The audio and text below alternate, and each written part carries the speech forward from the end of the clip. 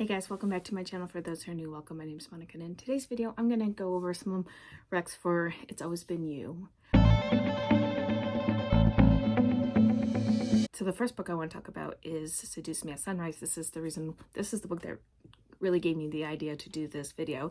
And it's Kev and Wynn's book. This is book 2 in the Hathaway series. I love the Hathaway series. It's one of my absolute favorite. That and the Wallflowers. If they made a series that's the Hathaways with the Wallflowers, I would eat that up. I would love that. But anyway, I digress. So Kev and Wynn. Kev and Wynn were childhood friends, and he is part Romany, part Irish. And so he's been very much in the minority in this time period, right? So there's going to be some racist things that he endures. So he doesn't want the Hathaways to be harmed for who he is. So he decides to keep them all at arm's length, except when she gets under his skin, and he's fell in love with her since they were kids. And there's a part and we find this out in book 1, Mine Till Midnight, and there's a lot of great little romantic nuggets in Mine Till Midnight. So I'd actually recommend starting with that one first. Kev, and his name is also Mary Penn because they have 3 different names. Wynn gets scarlet fever and nearly passes. He does these little things for her, like he cleans her windows so she can see the birds.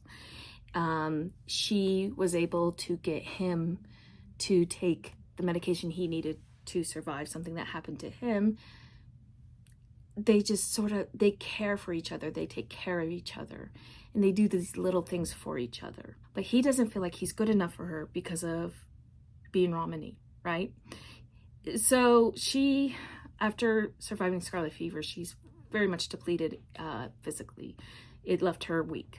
So she leaves with her brother Leo, who's also going through a lot, for France for 2 years to get better. And she gets better. And he stays with the Hathaways and helps them turn around the Ramsey house, which is their estate. There's a 2-year time jump between when they last saw each other and when she comes back. And when she comes back, he treats her a little abominably. I'm not gonna lie. He doesn't know who she is because she didn't reveal her face, but the way he treated her was really kind of hard for me to swallow personally. But he loved her and she loved him, and he kept saying that he cares too much for her to let her deal with the societal consequences of them being together. She doesn't care about that. She just wants Kev. However, there's a little wrench that was put into this whole plan when Julian, who was her doctor, comes back with her, and it's a whole thing. And he pines for her, and she pines for him. She kind of tricks him into giving in, but it's still, he really had to. It was her being in danger that got him motivated to get off his butt and do something about it.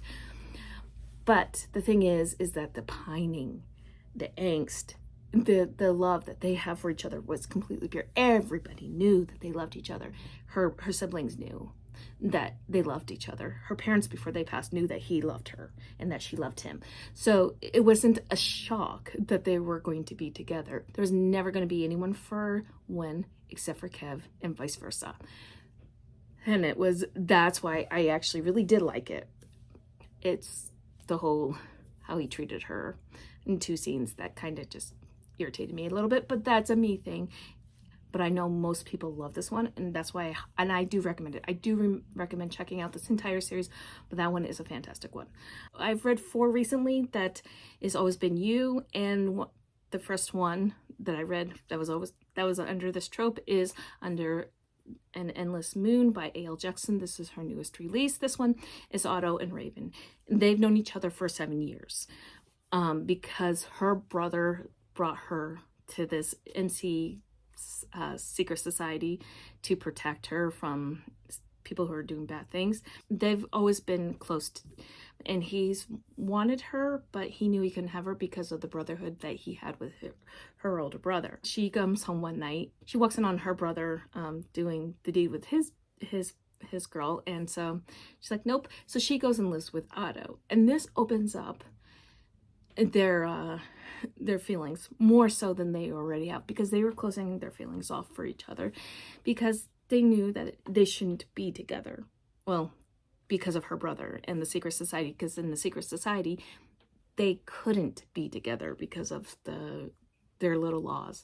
The way the story is told is in past, present. The past is told in third person, and this is important because you see that even in the past they wanted each other, but things happened, and then he wanted to protect her, but he's wanted her, and she's always wanted him since they met. So there's a lot of angst, a lot of tension, and there is a great suspense plot because the people who hurt her and his sister in the past are still out there, and so they're trying to, there's always danger.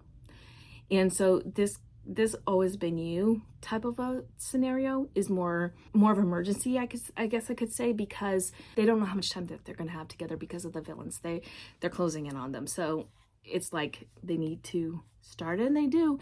And he does everything right towards her brother to make sure he's like, yes, this is real, I'm not messing around with her, it's always been her, I love her. And so I absolutely love that. Another one that's always been you that I've recently read is When We Burn by Kristen Proby. When you see this will have just, this one will just have gotten out, okay? This one, and honestly, She's a Wild One, I could even put in this one. And I honestly think you should read She's a Wild One before When We Burn. However, I'm going to talk about this one because it's the one that I've read the most recent. So this one is book one in the Black Wells of Montana series. This one, we meet Bridger and Danny, and we meet them in Holden Lexington's book. He is the hero in She's a Wild One. And this is brother's best friend, childhood friends, two lovers, single dad, curvy heroine, a firefighter, elementary school teacher. Bridger and Danny have known each other since they were kids. Their house were their safe place because of what happened with her dad. Her dad was exceptionally abusive, and he did some really bad things to her mother and to her and to her siblings, her sister and her brother.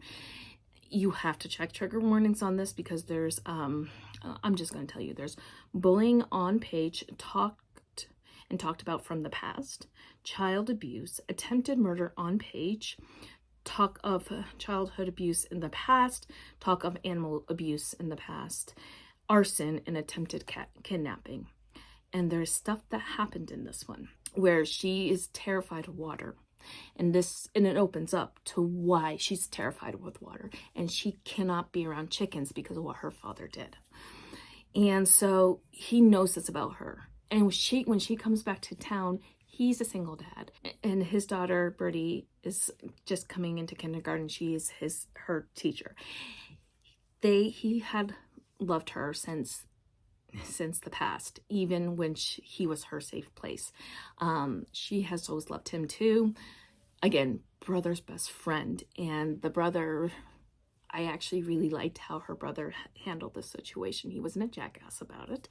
So I really love that he put her first, and she fit with their family. He made her feel like she was important. She's a curvy heroine, so she was always bullied for her weight, and that can be very traumatic, and it is very traumatic. I'm not gonna lie, it is traumatic. When someone bullies you for anything, it's traumatic. However, she has to deal with her demons, and he helps her through that. And the reason why she left was to get away from her father. So this was his chance to show her that he's always loved her. And it was just so well done. This one and She's a Wild One, they're both always been used. So I do recommend them both. But this one, I absolutely loved it. I got the ALC for it, and Aaron Mallon and Sean Masters, they were both fantastic. The story is engaging, the romance is sweet, and it is spicy, and it's emotional, and the emotions that the narrators brought to this was just so compelling. So I do recommend the audiobook for this one, and I do recommend the audiobook for She's a Wild One as well. The thing is I feel like this has always been you done right. Same with Brother's Best Friend, but Always Been You, done right. So I do recommend that one. Then I read You Float My Boat by Lulu Moore. This is a brand new one, and it's book 2 in her Oxbridge series. I gave this 4 stars. I actually really enjoyed it. This one is Charlie and Violet. They're very cute. They started to fake date because Charlie's ex was sort of psychotic. I'm not gonna lie. She would manipulate Charlie into getting him back and stuff. And he's like, I can't deal with her anymore. I don't want to. So Violet, who's always had a crush on him, always wanted him, right? This has always been you. She saw him for who he was before he saw her, right? So she agrees to fake date him. And so his stalkerish ex would leave him alone.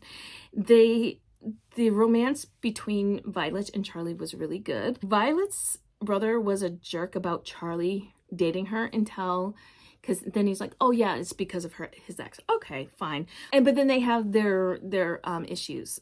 And I actually really liked the It's Always Been You part because she really pined for Charlie. And when he figured out who she really was to him, because he always thought her as a friend, because they were childhood friends.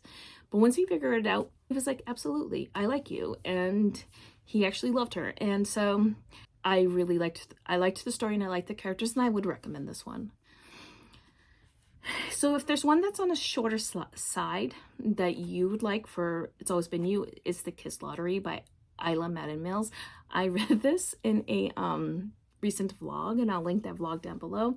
But Beckett was Everly's best friend, and he never told her why he pulled away from her and stood by while she dated his best friend.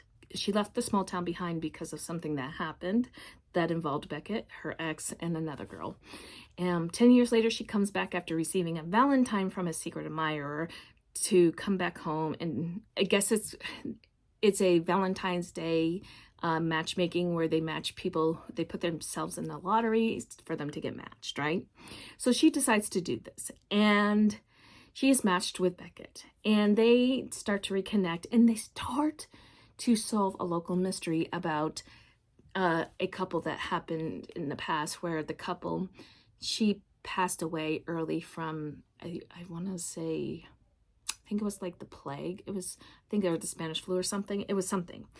And they wanted to know what happened to the person who she was matched with. And I really liked that where they were doing little things with it to try and find out what happened with her friends. Not his friends, but her friends. And it was a very cute, very quick Valentine's Day romance.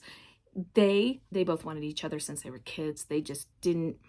There was something that happened with their parents that made Beckett pull away, and then Everly to question everything when she found out what happened. But there is a lot of pining, and honestly, he gave her cute little gifts, including a kitten she named Murder because of an element in the story, which I'm not going to tell because I want you to read it so you don't get spoiled with it.